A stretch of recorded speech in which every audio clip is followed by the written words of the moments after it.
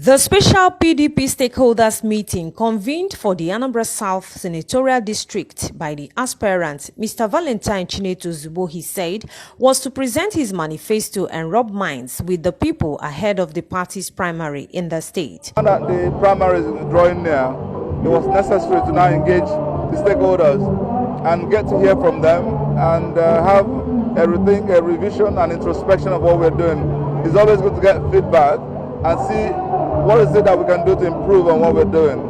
And also, I used the opportunity to unveil our plan, our mission, our vision for Anambra, and what I call Ka Anambra Chawapu Manifesto. Ozigbo highlighted education, health, economy, security, human capital development, among other welfare packages as some of the areas he would focus on to bring accelerated development in the state if elected as the governor. Three aspects of the manifesto. We talk about the sectors that we need to emphasize on, especially like the human capacity index, and when we're talking about education and health, and also areas that are important to Ndi Anambra, insecurity and roads. And by the time we fix these four things, we go beyond that to look at how we can improve the infrastructure for technology, for ports development, for industrialization, for other things that will impact positively, like making sure that, and that takes me to the next part, which is the cluster approach.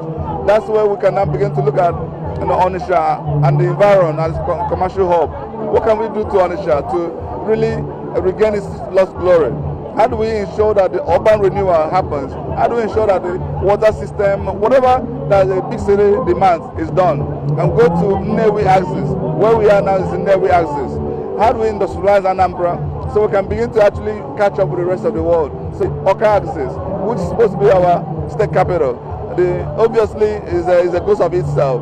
The point I shared here today, you see, what I am known for is execution. When you say something, you think through it carefully and you execute meaningfully.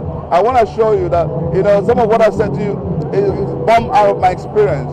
The meeting, which was an interactive session, gave the party stakeholders opportunity to ask crucial questions with responses from the aspirants.